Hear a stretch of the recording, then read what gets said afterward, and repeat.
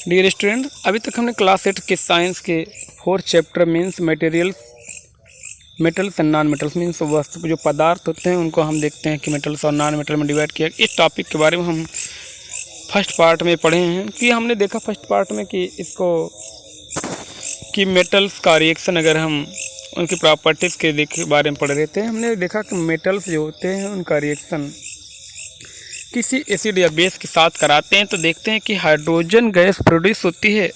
और इस hydrogen gas को अगर हम टेस्ट करना चाहते हैं तो टेस्ट ट्यूब के ऊपर बर्निंग मैच स्टिक यानी मीन्स माचिस की तीली लाते हैं तो एक झटके के साथ पॉप साउंड के साथ तेज़ी से जलने लगती है ब्लू फ्लेम के साथ। तो इससे कन्फर्म हो जाता है कि मेटल और नॉन मेटल जो मेटल्स जो हैं बेस या एसिड के साथ रिएक्शन करके हाइड्रोजन गैस प्रोड्यूस करते हैं।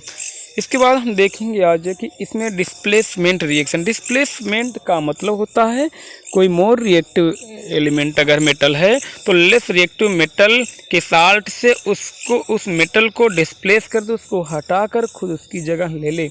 इस रिएक्शन को हम डिस्प्लेसमेंट रिएक्शन कहते हैं। तो इसके बारे में हम देखेंगे कि डिस्प्लेसमेंट रिएक्शन है क्या, इसके बारे में पढ़ेंगे।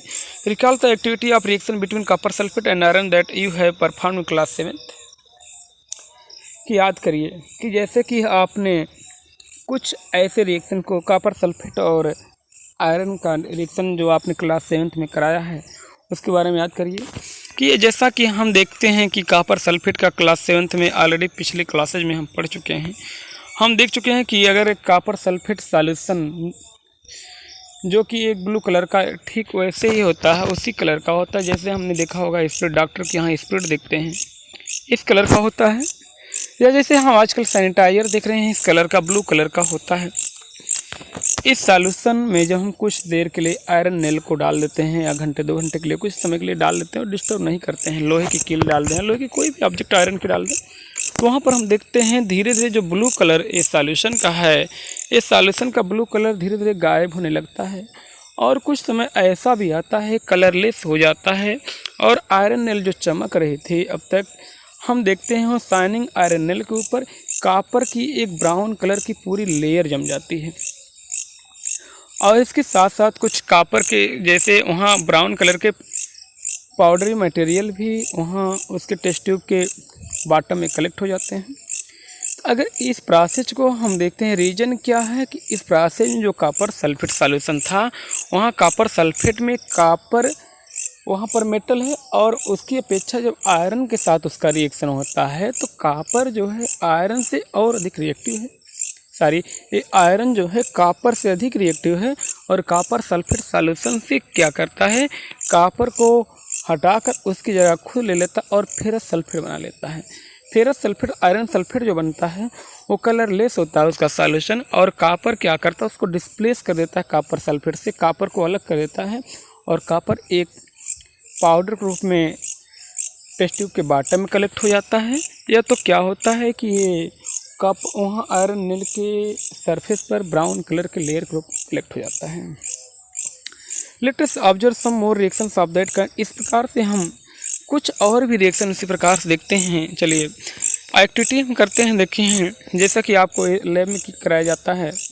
Take 5 ml 100 ml of beakers 500 ml beakers and लेवल them A B C D and A। कि ऐसा क्या करते हैं, हम 100 ml के 5 बीकर्स लेते हैं और उनको ऊपर A B C D E करके लेबल लगा लेते हैं। Take about 50 ml of water in each beaker, और उसमें क्या करते हैं हम 50 ml वाटर, लगभग नियर अबाउट 50 ml वाटर इसमें क्या करते हैं प्रत्येक बीकर में हम घोल देते हैं। वाटर में लेकर उसमें क्या करते हैं थोड़ा थोड़ा करके सब्सटेंस जो दिया गया है नीचे ले लेते हैं। Keep the beaker under undisturbed for some times, record your observations in notebook. उसमें क्या किए हैं हम इसको सॉल्यूशन को लेकर उसमें कुछ परफॉर्मेंस करते हैं और उसको कुछ समय के लिए बिना डिस्टर्ब किए रख देते हैं। तो यहाँ पर हम देखते हैं कि उन बीकर्स में पहले में हमने जिंक सल्फेट का सॉल्यूशन लिया है, जिंक सल्फेट में हमने कॉपर को ऐड किया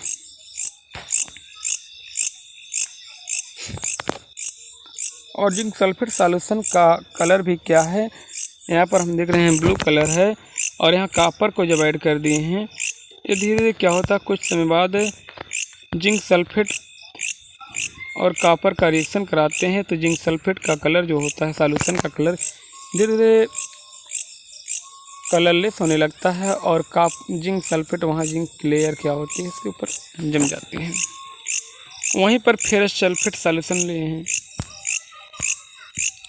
यहाँ फिर इसके कंडीशन देखते हैं कि यहाँ इसमें हमने फर्स्ट बीकर में देखा हम कि कॉपर सल्फेट सॉल्यूशन लिए और उसमें जिंक ग्रेन्यूल्स डाल देते हैं। कॉपर सल्फेट सॉल्यूशन का हम देख रहे हैं ऊपर, यहाँ इस फिगर में, यहाँ डायग्राम में देख रहे हैं, यहाँ पर देख रहे हैं कि कॉपर सल्फेट सॉल्यूशन का कलर ब्लू है और इसमें जिंक मेटल जब हम डाल देते हैं क्या देखते हैं, कुछ समय बाद धीरे धीरे कॉपर सल्फेट सॉल्यूशन का कलर धीरे धीरे डिस्कलराइज होने लगता है और कॉपर सल्फेट से जिंक सल्फेट बन जाता है और कॉपर की लेयर क्या होती है वहाँ नीचे बॉटम में कलेक्ट होने लगती है पाउडर ग्रुप में।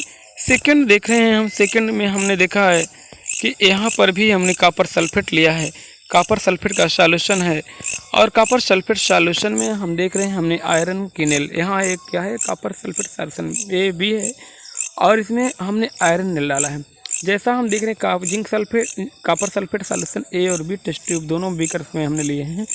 फर्स्ट में हमने जिंक मेटल डाला और दूसरे में हमने क्या डाला, आयरन की टर्निंग डाला। तो ऐसी कंडीशन में हम देखते हैं कि जिंक सल्फेट, यहाँ जो कॉपर सल्फेट जो जिंक से रिएक्शन कर रहा था, जिंक सल्फेट का सॉल्यूशन बनाता है जो नियर अबाउट कलरलेस होता है और वहीं पर कॉपर सल्फेट जो है उसका फेरस के साथ रिएक्शन करता है, फेरस सल्फेट रिएक्शन करता है जो ग्रीन कलर का सॉल्यूशन बना लेता है।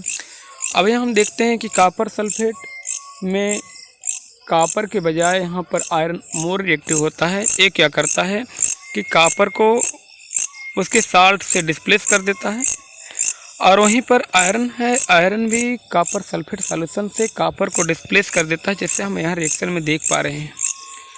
यहाँ हम देख रहे हैं कि जिंक ग्रेन्यूल्स है, जिंक सल्फेट, यहाँ कॉपर सल्फेट है और जिंक ग्रेन्यूल्स क्या करते हैं, ये जिंक सल्फेट का सॉल्यूशन बनाते हैं इस रिएक्शन में।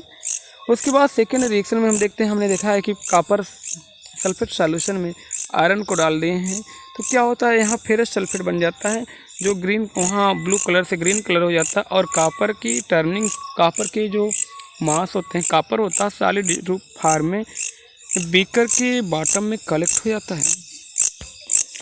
नेक्स्ट रिएक्शन जिंक सल्फेट है। जिंक सल्फेट का सॉल्यूशन देख रहे हैं, जिंक सल्फेट लिए हैं यहाँ आयरन सल्फेट और जिंक सल्फेट। यहाँ देख रहे हैं कि zinc sulphate solution, third beaker में जिंक सल्फेट सॉल्यूशन लिए हैं। जिंक सल्फेट सॉल्यूशन का रिएक्शन हम कराते हैं कॉपर टर्निंग के साथ कराते हैं। ये जिंक सल्फेट सॉल्यूशन इसका रिएक्शन हम कॉपर टर्निंग के साथ कराते हैं। देखते हैं जिंक सल्फेट कलर सॉल्यूशन का कलर कलरलेस है और लास्ट तक वैसे ही रह जाता। इसका मतलब है कि जिंक सल्फेट और कॉपर दोनों के रिएक्शन में हम देखते हैं कि जिंक यहाँ पर कॉपर से मोर रिएक्टिव है और इसके कारण यह कॉपर क्या करता है, जिंक सल्फेट से जिंक को रिप्लेस नहीं कर पाता है, डिस्प्लेस नहीं कर पाता है और कोई रिएक्शन नहीं होता। सेम इसी तरह से हम देख रहे हैं कि ये आयरन सल्फेट है, यहाँ आयरन सल्फेट देख, सेकंड सॉल्यूशन ये आयरन सल्फेट है, आयरन सल्फेट सॉल्यूशन देख रहे हैं रेडिश कलर है और इसमें क्या करते हैं, जिंक की कॉपर की टर्निंग, यहाँ पर कॉपर टर्निंग डाल देते हैं।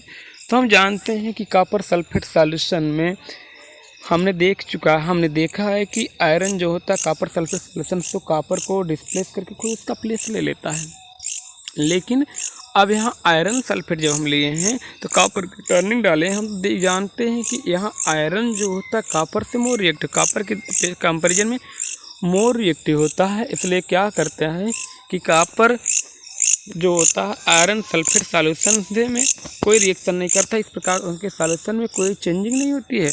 नेक्स्ट रिएक्शन है जिंक सल्फेट है। इसमें हमने देखा है कि जिंक सल्फेट लिया गया है, जिंक सल्फेट का रिएक्शन आयरन नेल के साथ कराया जाता है। तो हम जानते हैं कि जिंक सल्फेट आयरन के अपेक्षा मोर रिएक्टिव है, इसमें भी कोई चेंजिंग नहीं होती। इस प्रकार से हमने देखा है कि तीनों बीकर ए हैं जो सी, डी और ई हैं, इनमें कोई चेंजिंग नहीं होती है। तो इस प्रकार एक क्या करते हैं, डिस्प्लेसमेंट रिएक्शन दिखाते हैं। What changes do you observe in the various beakers, आप अलग अलग विभिन्न बीकरों में क्या चेंजेस देखते हैं।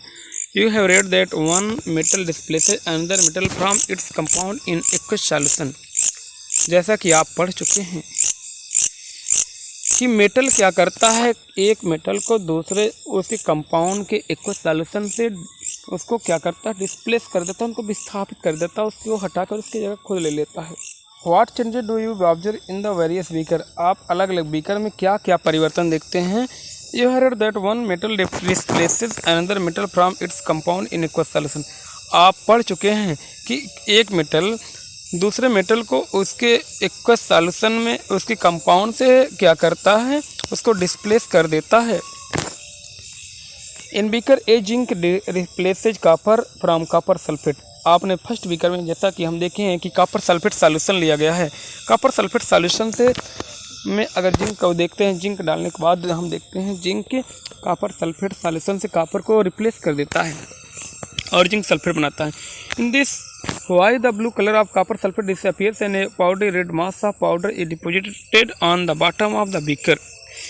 इस रिएक्शन में हमने देखा है कि क्यों blue colour of copper sulphate क्या है कि कापर सल्फेट का जो नीला कलर है गायब हो जाता है and A powdery red mass of copper is deposited at the bottom of the beaker. और क्या होता है कि कापर सल्फेट के जो सॉल्यूशन है उसके तले में एक लाल रेड पाउडर जैसा पदार्थ कॉपर का जो यहाँ पर कलेक्ट हो जाता है बीकर में के तले में, बॉटम पर क्या होता है, जमा हो जाता है। The reaction can be represented as follows, this reaction can be represented as follows.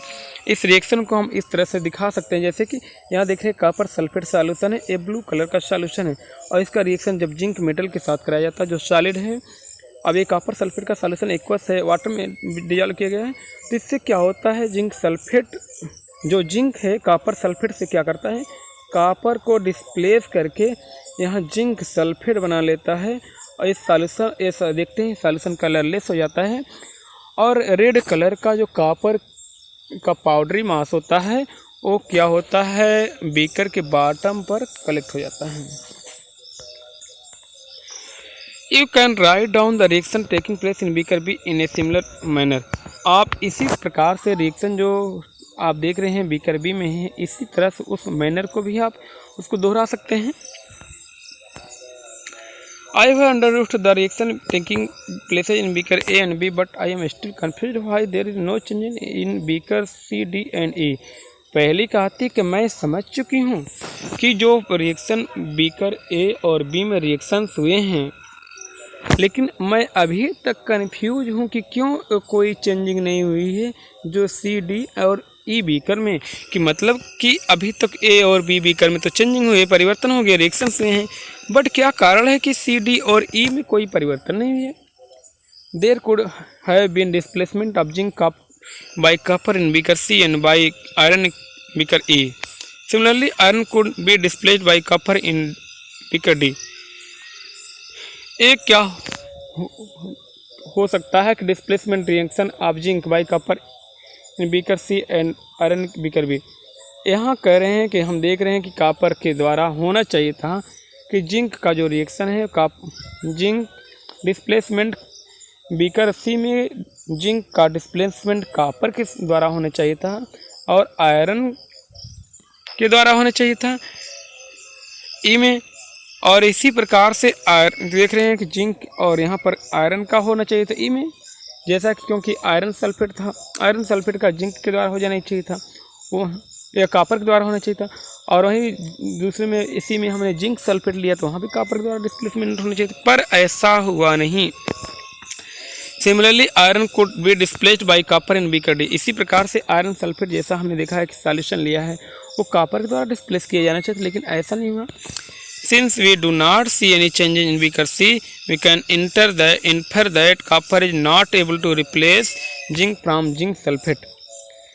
जैसा कि हम बीकर C में कोई परिवर्तन नहीं देखते हैं तो इससे हम पुष्टि कर सकते हैं, इन्फर मीन्स होता है कन्फर्म कर सकते हैं, पुष्टि कर सकते हैं कि कॉपर जो होता है जिंक सल्फेट से जिंक को रिप्लेस करने में समर्थ नहीं है। Copper is not able to replace zinc from zinc sulphate, but why when zinc can replace copper is in beaker A, why can not copper replace zinc in beaker C। लेकिन क्यों? When zinc can replace copper in beaker A, जब zinc जो है copper को beaker A में replace कर सकता है, why can not copper replace zinc in beaker C. तो कॉपर जो क्या है कि बीकर सी में कॉपर क्या कर सकता है, जिंक को क्यों नहीं रिप्लेस कर सकता? Remember that science is not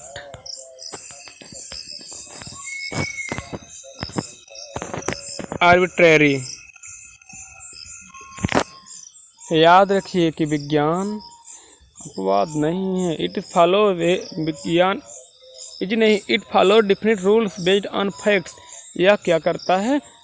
अलग अलग निश्चित रूल्स को क्या करता है, जो फैक्ट तथ्यों पर अलग अलग नियमों को ये क्या करता है, फॉलो करता है। And the rule here is that zinc is more reactive than copper and iron. और रूल एक आता है, नियम एक आता है कि जो होता है जिंक कॉपर और आयरन से अधिक क्रियाशील और अधिक रिएक्टिव है। It is more reactive than copper and iron. इसलिए क्या करता है कि ये रिएक्टिव मेटल है, तो इसलिए कॉपर और आयरन के द्वारा जिंक सल्फेट से जिंक के रिप्लेस नहीं किया जा सकता। A more reactive metal can replace a less reactive metal, but a less reactive one can not replace a more reactive. अब यहाँ इस फैक्ट को, हम तथ्य को जानना होगा कि a more reactive metal can replace a less reactive metal, but a less reactive metal can not replace a more reactive metal. कि हम जानते हैं कि एक अधिक मोर रिएक्टिव मेटल जो होता है लेस रिएक्टिव मेटल को रिप्लेस कर सकता है, लेकिन अगर कोई लेस रिएक्टिव मेटल है तो क्या कर ए मोर रिएक्टिव मेटल को रिप्लेस नहीं कर सकता। जैसा कि हम जानते हैं कि अगर दो स्ट्रांग पर्सन हैं तो एक स्ट्रांग पर्सन क्या है कि वहाँ वीक पर्सन को हटाकर उसकी जगह ले सकता है, लेकिन कोई वो वीक पर्सन उस स्ट्रांग पर्सन को हटाकर उसकी जगह नहीं ले सकता। इसी प्रकार से यहाँ पर रिएक्टिविटी के बारे में भी होता है। अगर मोर रिएक्टिव मेटल्स क्या है, ये मान लेते हैं कि दो पर्सन वहाँ पर, एक स्ट्रांग है दूसरा वीक है, तो वहाँ पर जो मोर रिएक्टिव मेटल वो स्ट्रांग पर्सन है, जो लेस रिएक्टिव है वीक पर्सन है। आप जानते हैं कि वहाँ पर स्ट्रांग पर्सन जो वीक पर्सन को उसको हटाकर उसकी जगह बैठ सकता है, लेकिन वहाँ पर वीक पर्सन इतना एबल नहीं, इतना सक्षम नहीं है कोई स्ट्रांग पर्सन को हटाकर उसकी जगह ले ले। इस प्रकार से डिस्प्लेसमेंट या रिप्लेसमेंट रिएक्शन भी होता है कि मोर रिएक्टिव मेटल जो होता है लेस रिएक्टिव मेटल को उसके साल्ट से रिप्लेस कर देता है, लेकिन अगर वहीं पर लेस रिएक्टिव मेटल तो मोर रिएक्टिव मेटल को उसके साल्ट से रिप्लेस नहीं कर सकता। इसी को हम डिस्प्लेसमेंट रिएक्शन कहते हैं। Now you can understand why there are no displacement reactions in beaker D and E also। तो अब आप समझ गए होंगे कि बीकर डी और बीकर ई में डिस्प्लेसमेंट रिएक्शन क्यों नहीं हुए। Can you guess the sequence of metals from more reactive and less reactive among zinc, iron and copper? क्या आप अनुमान लगा सकते हैं कि कॉपर, जिंक और आयरन में सबसे अधिक कौन रिएक्टिव है और कौन लेस रिएक्टिव? इनके सीक्वेंस के रूप से आप सीरियल्स देख बता सकते हैं। अब हम देखते हैं uses of metals and non metal. अब यहाँ हम देखेंगे कि जो मेटल्स और नॉन मेटल्स हैं उनके यूज क्या हैं, इसके बारे में हम पढ़ेंगे। You should be able to guess why metals are used in making machinery, automobiles, aeroplanes, trains, satellites, industrial gadgets, cooking utensils, water boilers, etc. You should be able to guess। आप इसमें सक्षम हैं, योग्य आपके पास सक्षम है कि अनुमान लगा सकें क्यों metals are used, why metals are used, क्यों मेटल यूज किए जाते हैं इन मेकिंग मशीनरी, मशीनों को बनाने में किए जाते हैं, ऑटोमोबाइल्स वाहनों यानी गाड़ियों को बनाने में किए जाते हैं, एरोप्लेन्स बनाने में किए जाते हैं, ट्रेन बनाने में किए जाते हैं, सैटेलाइट्स को बनाने में किए जाते हैं, इंडस्ट्रियल गैजेट्स मीन्स ये खेती में काम का आने वाले किस सामान है, यंत्र हैं, जैसे कि आप देखते हैं कल्टीवेटर है, रोटावेटर है, थ्रेशर है, ये सब इंडस्ट्रियल गैजेट्स मीन्स होता है इंडस्ट्री उद्योगों में काम आने वाले बहुत सारे सामान हैं जो इसको इंडस्ट्रियल गैजेट्स कहते हैं। इंडस्ट्रियल गैजेट का मतलब यहाँ पर बहुत सारे इंडस्ट्रियों में बनाने वाले, जैसे आप देखते हैं अन्य मशीनें हैं जो इंडस्ट्री उद्योगों में काम आती हैं, उन सब का कुकिंग यूटेंसिल और भोजन पकाने के बर्तनों को क्यों बनाया जाता है, वाटर बॉयलर्स, और पानी को गर्म करने वाले वाटर बॉयलर्स, इन सब का यूज, इन सब में को बनाने में क्यों मेटल का यूज किया जाता है, इसके बारे में आप अनुमान लगा ही चुके होंगे। You are also familiar with the uses of some non metals, आप कुछ नॉन मेटल्स मीन्स अधातुओं के उपयोग से भी परिचित होंगे। Here are some interesting ones, इनमें से कुछ इंटरेस्टिंग है, जो उनमें से कुछ बहुत इंटरेस्टिंग यहाँ नीचे दिए गए हैं। We are sure that you will guess them right, और हमें आशा है, हम विश्वास करते हैं, हमें आशा है कि आप इनको अच्छी प्रकार से अनुमान लगा सकेंगे। देखते हैं फिर इसके बारे में, देखते हैं कहाँ इनका मेटल्स और नॉन मेटल्स का यूज किया जा रहा है। Non metal is essential for our life, is all living beings inhale during breathing, कि नॉन मेटल हमारी लाइफ के लिए ज़रूरी है, जिससे कि हम सांस लेने के दौरान यूज करते हैं, अपने अंदर लेते हैं, ग्रहण करते हैं। इसमें हम जानते हैं कि यहाँ पर एक नॉन मेटल कौन सा होगा। It may be oxygen, it is oxygen, कि ऑक्सीजन एक ऐसा नॉन मेटल है जो हम ब्रीदिंग के ड्यूरिंग हम इनहेल करते, मीन्स वहाँ सांस लेने के दौरान ग्रहण करते हैं। नेक्स्ट नॉन मेटल की यूज को देखते हैं। Non metals used in the fertilisers to enhance the growth of plants, कि ऐसा नॉन मेटल है जो कि फर्टिलाइजर्स मीन्स उर्वरकों में, फर्टिलाइजर्स में पौधों की ग्रोथ, प्लांट की ग्रोथ को बढ़ाने के लिए किया जाता है। तो आप जानते हैं नाइट्रोजन है, नाइट्रोजन को हम यूरिया के रूप में यूज करते हैं या नाइट्रेट फर्टिलाइजर्स के रूप में यूज करते हैं, जैसे अमोनियम नाइट्रेट हो गया, पोटेशियम नाइट्रेट हो गया या यूरिया हो गया। इन सब के रूप में हम नाइट्रोजन को यूज करते हैं प्लांट के ग्रोथ करने में। नेक्स्ट क्या है, metal, non metal used in water purification process. अब यहाँ एक नॉन मेटल ऐसा है जो वाटर प्यूरिफिकेशन प्रोसेस में यूज किया जाता है। तो हम जानते हैं एक ऐसा नॉन मेटल क्लोरीन है, क्लोरीन का यूज किया जाता है वाटर को प्यूरिफिकेशन में, एंटी जर्म यानी जर्म को डिस्ट्रॉय करने, किल करने में, जिसके कारण क्या होता है, क्लोरीन वाटर मिलती है और क्लोरीन क्या करती है, वाटर को प्योर करने, पानी को शुद्ध करने के काम आती है। जो सप्लाई का पानी आता है उसको शुद्ध करने के लिए क्लोरीन का ही यूज किया जाता है, जिससे कि क्या होती है, ये शुद्ध हो जाए। नेक्स्ट हम देखते हैं कि non metals used in the purple colour solution which is applied on wounds and antiseptic. Non metal जो एक है पर्पल कलर का सॉल्यूशन के रूप में यूज किया जाता है घाव पर, जो एंटीसेप्टिक रूप में। एंटीसेप्टिक का मतलब होता है जो सेप्टिस होने से, यानी सेप्सिस से बचाए, हमें संक्रमण से बचाए, संक्रमणों से बचाने के लिए एक नॉन मेटल के पर्पल कलर के सॉल्यूशन का यूज किया जाता है। तो हम जानते हैं यह है tincture iodine. Tincture iodine purple colour का सॉल्यूशन होता है, क्योंकि आयोडीन भी नॉन मेटल्स है, और इसके सॉल्यूशन को यूज करते हैं हम वो वाउंड्स पर, यानी घाव पर क्या करते हैं, उनको धोने का काम और उनको इन्फेक्शन से बचाने का काम करते हैं। नॉन मेटल्स यूज्ड इन क्रैकर्स। नॉन मेटल्स का उपयोग पटाखों में किया जा सकता है। यहाँ हम अनुमान लगा सकते हैं कि नॉन मेटल्स में सच एज फास्फोरस हैं, फास्फोरस एंड सल्फर एक क्या हैं, इनका यूज नॉन मेटल्स ऐसे हैं जिनका उपयोग हम आतिशबाजी में, पटाखों में करते हैं। जैसा कि हम जानते हैं कि पटाखों में, मैचस्टिक में भी यूज किया जाता है फास्फोरस, और ये बहुत तेज ज्वलनशील होता है, बहुत तेज आग पकड़ता है। इसलिए जो क्रैकर्स होते हैं, ये पटाखे होते हैं, वहाँ पर नॉन मेटल्स का ही यूज किया जाता है। You may add some more uses of metals and non metals from your experiences. आप अपने अनुभव के आधार पर कुछ और अन्य भी उपयोग मेटल्स और नॉन मेटल्स के जोड़ सकते हैं। I heard that magnesium is found in plants, in what form it is found in them. तो मैंने सुना है कि मैग्नीशियम जो होता है पौधों में पाया जाता है, ये किस रूप में उनमें पाया जाता है। जैसा कि हम जानते हैं ग्रीन प्लांट जितने हैं सब में क्लोरोफिल पाया जाता है, और क्लोरोफिल के कारण ही इन प्लांट की फोटोसिंथेसिस होती है, और फोटोसिंथेसिस के कारण वो अपना फूड बनाते हैं। तो यहाँ पर हम देखते हैं मैग्नीशियम पाया जाता है प्लांट में भी। तो ये कहाँ पाया जाता है, हमें देखते हैं कि ये मैग्नीशियम जो प्लांट में क्लोरोफिल में पाया जाता है, क्लोरोफिल के रूप में ही पाया जाता है। The doctor reported iron deficiency in my body, where is iron in my body. यहाँ बूझो कह रहा है कि doctor reported iron deficiency in my body, कि डॉक्टर ने मेरे शरीर में आयरन की डिफिशियंसी को देखा, बताया। Where is iron in my body, कि मेरे बॉडी में आयरन पाया जाता है। तो कहाँ पाया जाता है, हम जानते हैं कि आयरन जो पाया जाता है कहाँ पाया जाता है। आयरन हम जैसे हमारी ब्लड होता है हीमोग्लोबिन का बना होता है, जिसके कारण हमारा ब्लड रेड होता है, और जो हीमोग्लोबिन होता है आयरन का ही बना होता है, आयरन से बना होता है। इस प्रकार से आयरन हमारी बॉडी में ब्लड में पाया जाता है हीमोग्लोबिन ग्रुप में। In class 7th we have learn that in a chemical reaction new substance आज फॉर्म।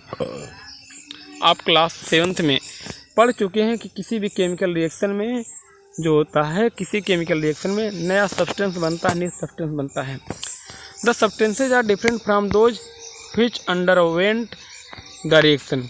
ये सब्सटेंस जो होते हैं कि उन सब्सटेंसेज से बिल्कुल अलग होते हैं जो कि इस रिएक्शन में पार्टिसिपेट होते हैं। Now if a substance can not be broken down further by chemical reaction.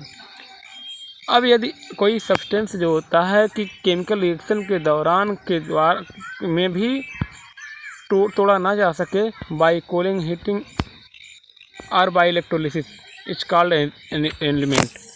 अगर कोई ऐसा एलिमेंट है जिसको केमिकल रिएक्शन के दौरान तोड़ा नहीं जा सके, चाहे उसको गर्म करके, ठंडा करके, या इलेक्ट्रोलिसिस यानी इलेक्ट्रोलिसिस मीन्स होता है इसमें बिजली इलेक्ट्रिसिटी फ्लो करके, तो इसे क्या कहते हैं? एलिमेंट कहते हैं।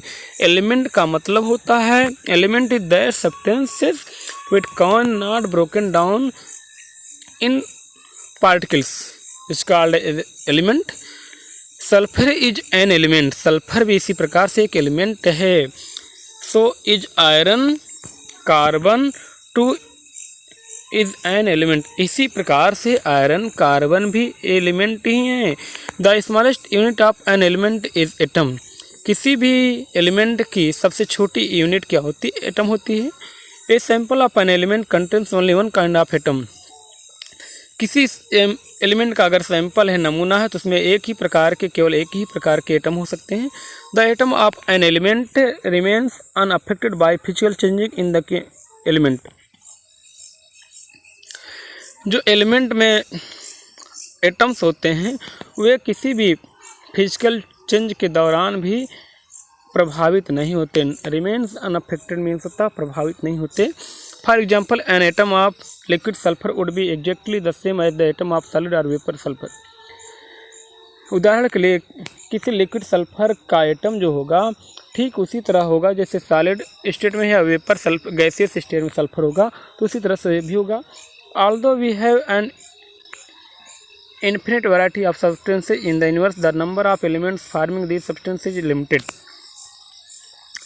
यद्यपि हम पूरे ब्रह्मांड में, यूनिवर्स में बहुत सारे अनंत वस्तुएं हैं, अनंत प्रकार की वस्तुएं हैं जिनकी हम कैलकुलेशन नहीं कर सकते, इनफाइनाइट हैं, बट इनको बनाने वाले जो एलिमेंट हैं, इन सबको बनाने वाले एलिमेंट्स हैं, ये क्या है? लिमिट में हैं।